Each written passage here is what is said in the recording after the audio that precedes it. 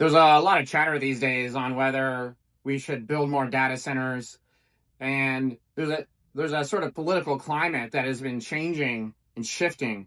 And it began in California and Silicon Valley, where we saw a lot of traditionally liberal and Democrat, computer programmers sitting here pounding away on their keyboards, suddenly shifting because in order to get AI off the ground, in order to rapidly expand, you need industry and you need to have a more capitalistic mindset.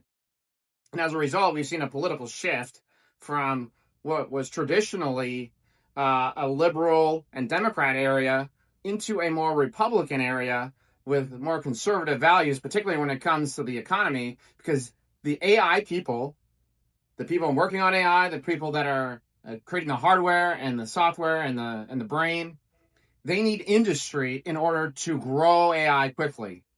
So what traditionally used to be a bunch of hippies has now moved over to the conservative branch.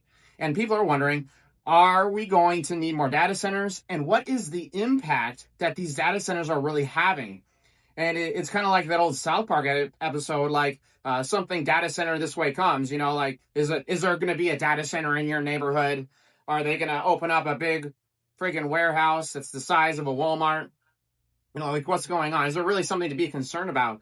And there's this conception that, like these data centers are just guzzling water. Like we guzzle gasoline. They are guzzling water and it's all going to be gone. Like you're hearing some of these like frightful tales. And I've looked into this and I've talked to some people, and there's absolutely a political shift going on. So people that were traditionally liberals are kind of moving over to be more conservative and Republican, but we're also seeing a lot of concern about the pollution coming out of our data centers.